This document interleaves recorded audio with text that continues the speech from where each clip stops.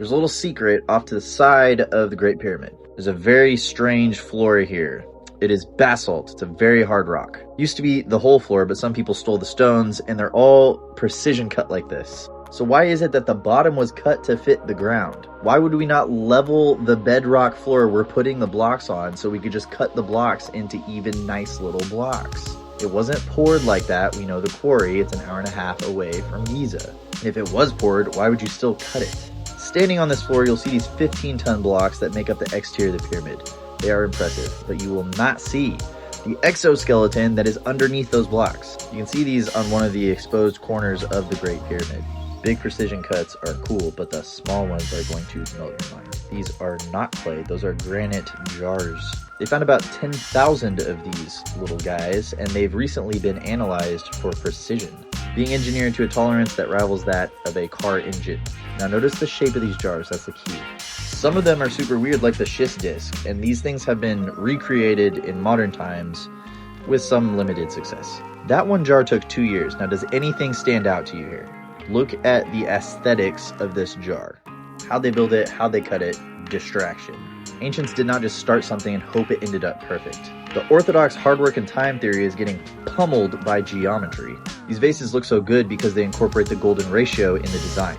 The design uses perfect circles, pi in proportion, phi to create perfect symmetrical balance. For a full analysis of the vases, head over to my man Ben's channel, Uncharted X. He does a great job. I'll also be doing a long-form analysis of the geometry of ancient Egypt on my YouTube channel, same handle as here. There's a link in my bio if you don't want to wait for that.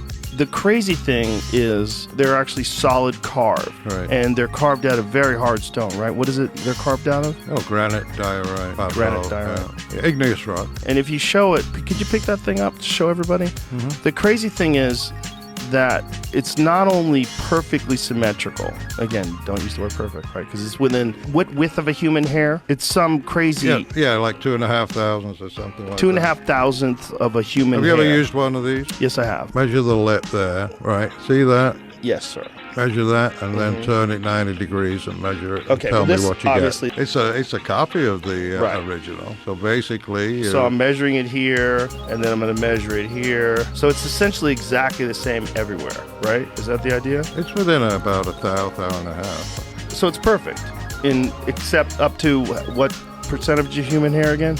I would say in shop talk, it's perfect.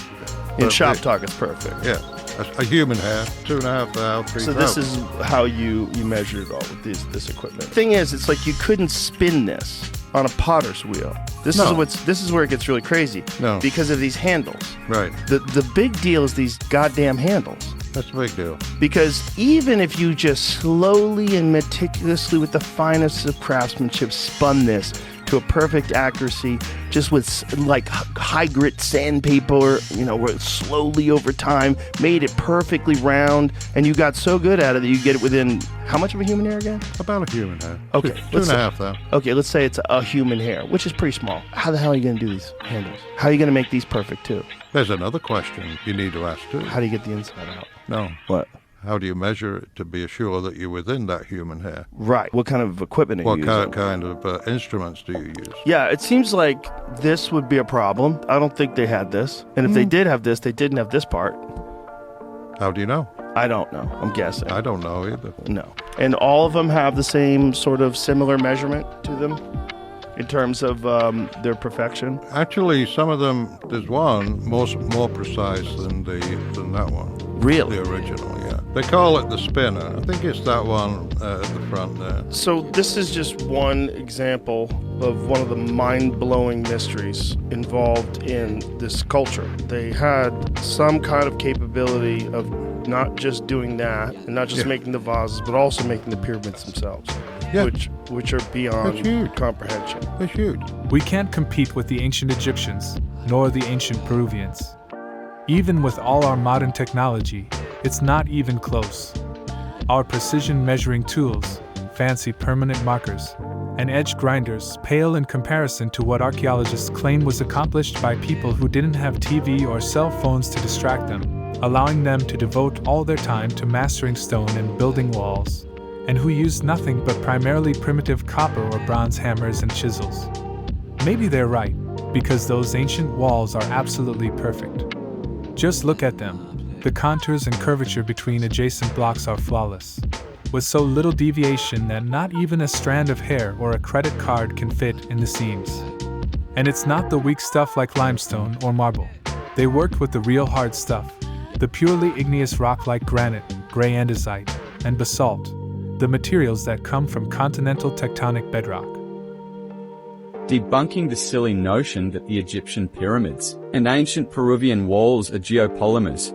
Unlike concrete blocks and bricks, which can be made from loose soil, clay, or sand, geopolymers are solid, durable materials formed through a chemical process that converts minerals found in basalt, granite, or andesite boulders. These boulders are crushed to extract their mineral content. The process begins with mining and grinding the large rocks into small ones, which are then moved along via roller drums and conveyor belts until they attain a powdery mix of the finest consistency. Then the important minerals are extracted, which are then mixed with an alkaline activator solution containing substances like sodium hydroxide or potassium hydroxide to make geopolymer paste. This mixture undergoes polymerization, forming bonds between silicate species, and is then cured at elevated temperatures to strengthen the geopolymer matrix. However, ancient civilizations is believed to have lacked the machinery or tools to grind the basalt or similar hard rocks into powder, so basically saying these structures are geopolymers necessitates admitting that ancient civilizations were advanced enough to have machinery and chemical knowledge to make them. In the first place, they had to be able to identify the precise stones, rich in silicate minerals such as feldspar and pyroxene, which provide the source of silicon and aluminium ions, necessary for polymerization. They would have to be able to consistently crush these rocks and heat them to consistently even temperatures much like a factory, and know how to process metallic elements such as sodium, potassium, aluminium and iron, even though the ancients were said to have only been able to process copper and bronze tools, and had zero knowledge or access to aluminium or steel tools. They're hiding the true answer to this question from us. How is it that people who used horses constructed gigantic, intricate buildings like these? They allegedly only used hammers, manual saws, and basic tools. Does that make any sense to you? Look at these grand structures and ask yourself, how could they achieve all this with such primitive methods? It makes you wonder if our historical timeline is accurate or completely fabricated to hide something. It gets even scarier. What if the dates on these buildings are wrong? Imagine if that number 1 wasn't a 1 at all. Our history could be off by 1,000 years. This brings us to who could have built these intricate structures.